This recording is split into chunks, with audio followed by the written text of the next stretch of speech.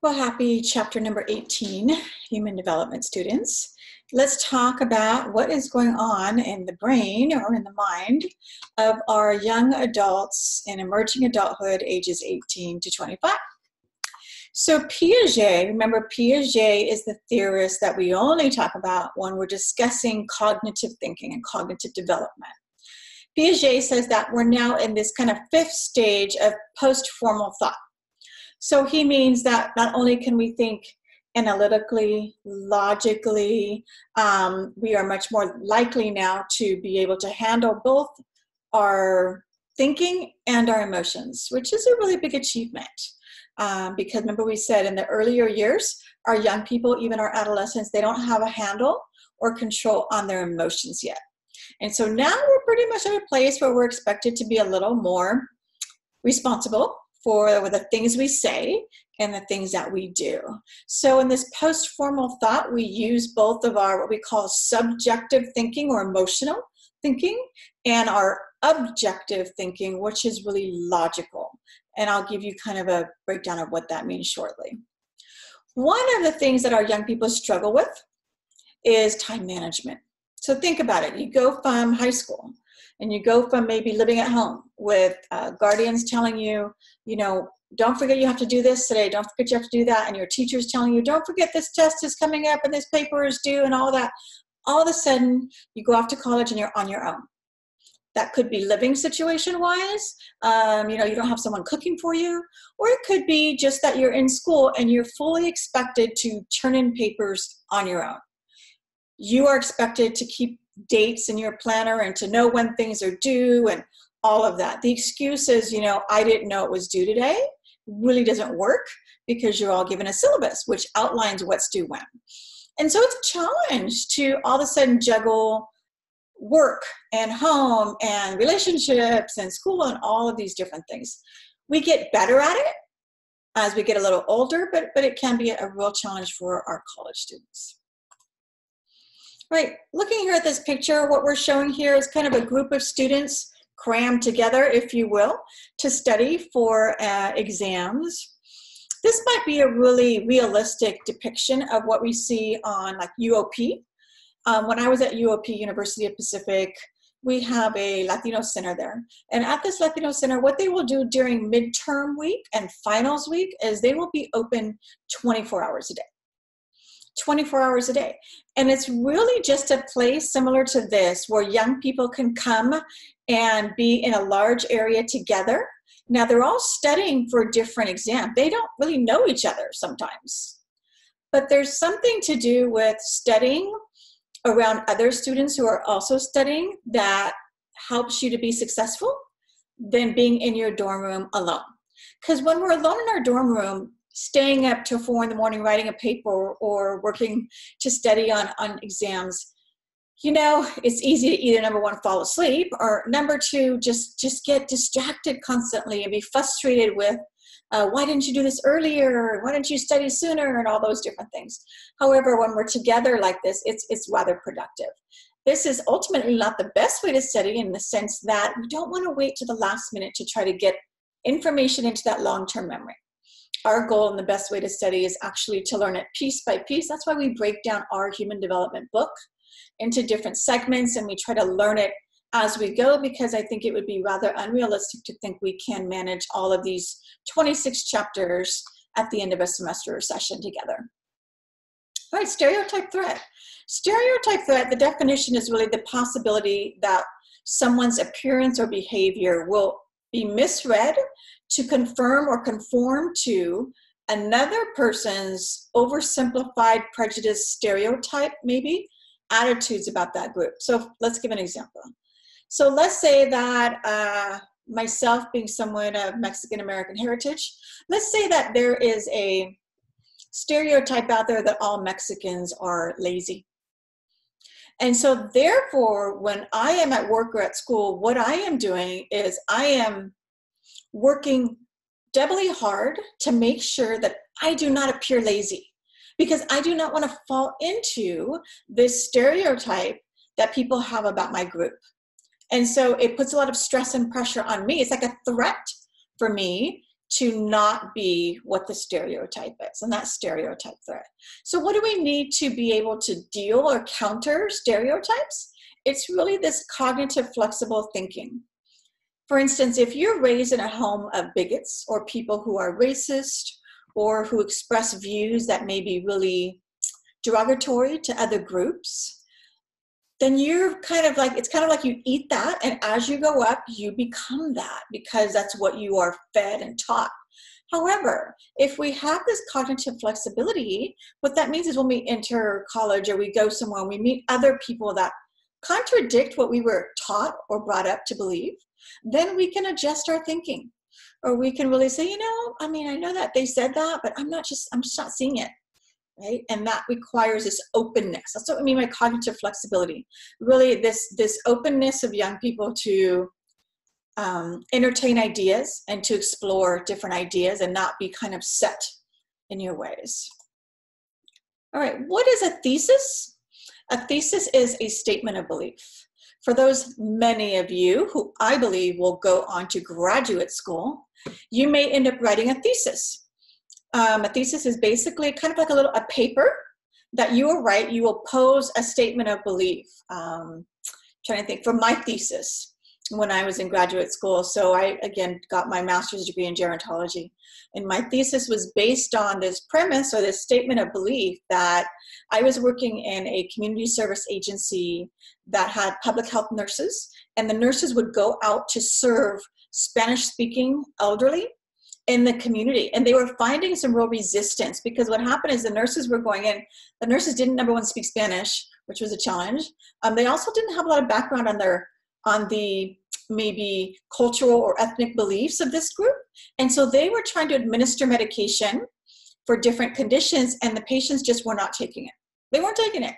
And so my statement of belief or thesis was that if we provided our nurses with some training on cultural sensitivity and on some of the different religious and ethnic beliefs that this group had, then they could approach patients with a different perspective.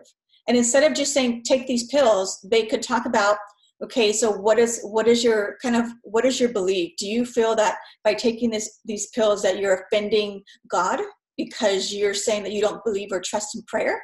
What is it that's hindering you? And then we could work from there to kind of collaborate on getting them to a resolution both agree on.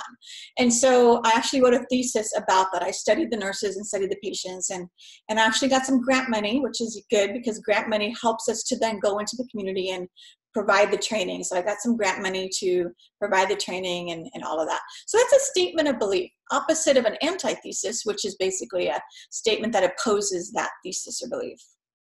Right, so let's explain the difference between subjective and objective thinking. So subjective thinking is based on my perspective. It's based on my life experiences, my culture. It's really personal. Very different from objective thinking. Objective thinking is factual. It is based on fact. It's not based on something that can or can't be, maybe, maybe not. It is for real and true. So for instance, if I go with a friend and we go to see a movie together, and I come out of the theater and I say, oh, I thought that movie was just phenomenal. Oh, I could just cry. It was so amazing. I loved it. Here's all the things I loved about it. And my friends come out and go, she's like, I was asleep like within 20 minutes. I found it so boring. It was the worst movie I've ever seen. Who's right or who's wrong? There's really no right or wrong because we're using our subjective thinking. We're basing our opinion based on our own personal likes and dislikes, if you will.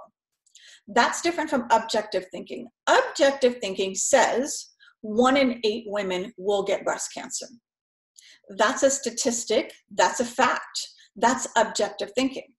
However, take a topic like breast cancer, and it can go from being objective, like when it's 1 in 8 statistically, to being subjective, like in this picture that we see here. If my mom gets breast cancer, or my sister gets breast cancer, your aunt, somebody that you know, all of a sudden you go from objectively knowing that 1 in 8 women get breast cancer to all of a sudden I am doing runs to raise awareness for breast cancer. I am, promoting all of the pink ribbons and everything for breast cancer awareness. Go get a mammogram, right? Because the topic of breast cancer went from being a statistic and objective thinking to being personal. When it affects my family, that topic becomes subjective because now I become passionate about it. Now I really care, I'm invested, and it becomes personal. And that's the difference between objective and subjective. And Piaget says now, in emerging adulthood, we can do both of those. Right? Our thinking can do both. Right, so what happens here? We find out for our young people, 18 to 25, moral thinking improves with age. Remember we said morality is really based on this premise of knowing right from wrong. It's understanding that murder is wrong, right? Lying is wrong, that these things are wrong. And this is, again, your ethical beliefs are really personal also in many different ways. However, it improves with age. So in other words, when we're younger, we tend to be very clear. Yeah, I think the death penalty is great. I'm all for it. Let's fry them. Flip the switch, man. They deserve it. Eye for an eye, man. They deserve it. It's like we think that. And then what happens is, say you become a nurse and you go to work and you end up having patients from the penal system or from our correctional facilities, and all of a sudden you hear about their life and you hear about their abuse and the trauma inflicted on them and how they did not know or how no one loved them in any way. And this is what they grew up to be, and these are the actions they took that landed them in jail. And you start to think differently. You do. You start to not see things so black and white.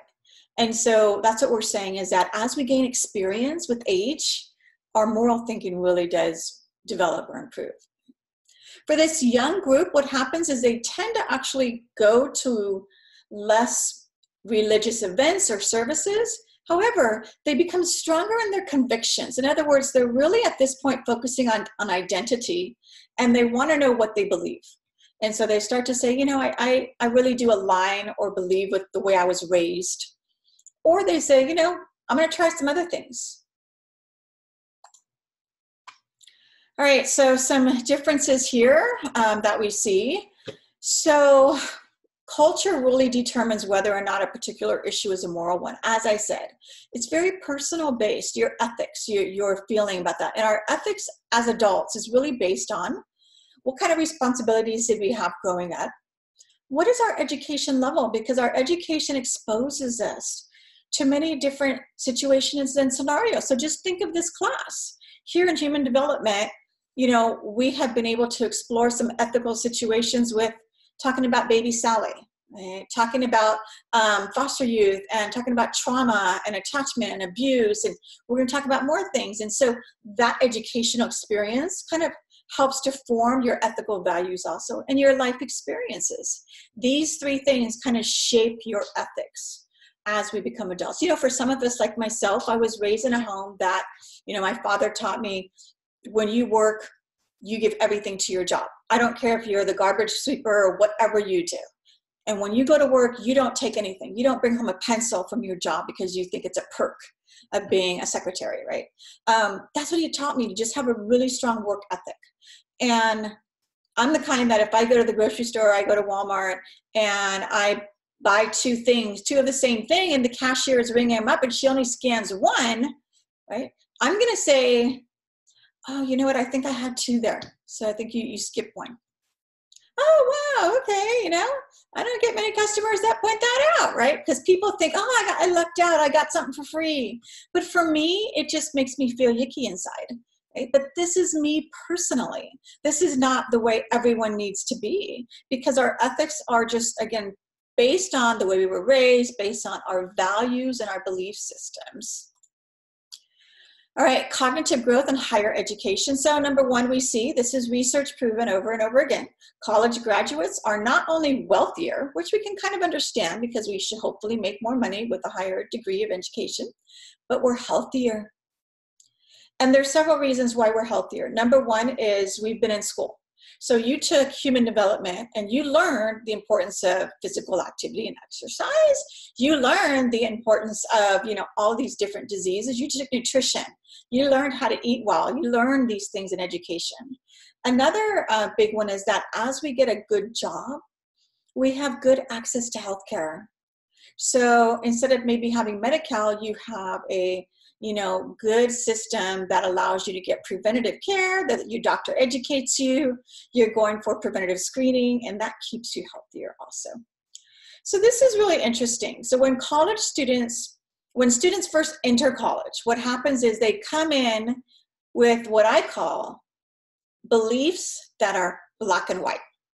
They believe this is right and this is wrong, right? That's how we are. We come in and we believe we kind of know. However, as we go through college, as we spend time and go through classes, we develop more perspectives, which what I say is we go from believing in black and white to understanding there's a lot of gray in between the black and white. For instance, let's go back to our very first case study when we talked about the Shannon family. We talked about baby Sally. Some of you might have read it and said, oh, for sure, no problem, man. I would do it. If I'm on the research team, I would help the Shannon family. No, I believe that. Yeah, no problem. So then as we start exploring and talking about what that means, what does it mean for baby number 2? When does baby number 2 get a voice in this? When do they feel like maybe they weren't created for the purpose of saving a sibling? Okay. How do we all feel about those embryos, those children that were discarded because they were healthy, but they weren't a genetic match for Sally? So we start to learn that, oh man, I thought for sure this was right, but now I'm seeing some different perspectives. And when I see different perspectives, it broadens my perspective. And that's what we want. That's what I hope for you in this class, is that as we continue to talk about things, you go from saying, oh, wow, okay, I guess I see that. I didn't think of that before, right? And then another really positive thing about college here is that every year of college improves our cognitive ability. Now, what that means is, even if you spend 2 years at Delta College and you do not earn an AA degree and you do not transfer to another institution, or you don't get a certificate in a certain area, for every year that you were here, you got smarter. You improved your cognitive ability. So this is awesome, because this means that even if life happens and we don't get to finish what we were started to or wanted to finish, it's still a positive thing every year that we're in school. Right. So again, talking about higher education still, higher education. So we've gone from where it used to be, sorry, I thought I dropped something. We've gone from where it used to be that school or education was only for the elite. Think back 200 plus years ago, 1776, when our country was formed. Back then, there was only a certain group of individuals that could go to school, any education school. They were number 1, male. No females were allowed. They were number 2, white. And they were number 3, rich. So if you were a poor male, you still couldn't go to school. So those were the only individuals, they were called the elite, the only few that were deemed worthy to open books and to learn. The rest were relegated to the fields and to learn different trades. That's no longer the case, right? Thank goodness we now have a situation where most of us can enter this world of higher education, right? Something to be concerned about in that is 2/3 of our students are taking out loans. I've interviewed foster youth and kids who are at Sac State, and they are 40 grand in debt. And they're not even finished with school yet. That's not good. I've got a young student that I worked with that left for San Jose State last year. He's paying 28 G's a year for San Jose State to live in the dorms. And even though I've advised against it, because I just think 28 times 4 is a lot of money for a bachelor's degree from San Jose State. It's not Harvard, it's San Jose State, right? I went to San Jose State, so I'm not bad-mouthing state schools at all. I loved my community college experience and I loved my state school experience, but I didn't come out with debt, right? I didn't. I lived at home so that I wouldn't have to incur debt in many ways, right? So that's what I'm saying, is we need to be really careful, because what happens is most students think that when they get a 4-year degree they're going to be making 75 G's a year. So they think, oh, I can pay back that loan. I'm going to be making 75,000 a year. No, you're not. Not unless you get a really, really good degree. You're not. And so if you're making a certain amount of income and all of a sudden you have $400 a month payments for a student loan, it becomes difficult. So, all right. So again, like we said, community college and college in general looks really different. We have minorities, we have women, we have all kinds of students that are there. So our diversity has immensely increased. So we have increased diversity in the student body, which encourages these different perspectives. So that's why I break you up into groups. I never let my students choose their own group because they're going to choose any friends they know or people who might look similar to them. And I don't want that. I want to pick for you. I want to make you into your groups because I want it to be just random, and I want you to be exposed to different perspectives from different students, right? So again, more diversity on campus in the last, 50 years or so. All right, so let's talk about some changes in education, higher education we're talking about. The word pedagogical is a really fancy word for the word teaching. So new teaching techniques that really foster some learning. And I offer this to my students every semester, and they always turn me down, my face-to-face students. The flipped classroom. What the flipped classroom means is that you and I, as students, would switch roles. So for instance, typically on the main campus, I teach a 3-hour Tuesday night course every semester. And I have offered students, I've said, I come in, I am doing a lot of talking and a lot of PowerPoints. I'm giving you examples, and we're doing our case studies in class. But the majority of the learning is from me to you. Okay? The flipped class says, let's flip that around. And let's say that the student, you read your textbook and you view the PowerPoints home and you learn the material on your own. And then when we get to class together for our 3-hour session, we do case studies and activities. And I would help facilitate those case studies and activities, but I would not be the one teaching. And I always offer that because I'm okay. It's easier for me, right? I'm okay with the flipped classroom. I'm happy to engage in a lot more hands-on learning. Students always say, no, I don't want to do that. I need you to explain this to me, right? I read it, but I still don't know what it means, right? And so we encounter a lot of that, but that's an option that's out there. The next one is what we call MOOCs, and MOOCs are massive open online classes. And that's what my online students are involved in, right? This is where I have like 100+ students in my online classes, and it's hard to make it personal.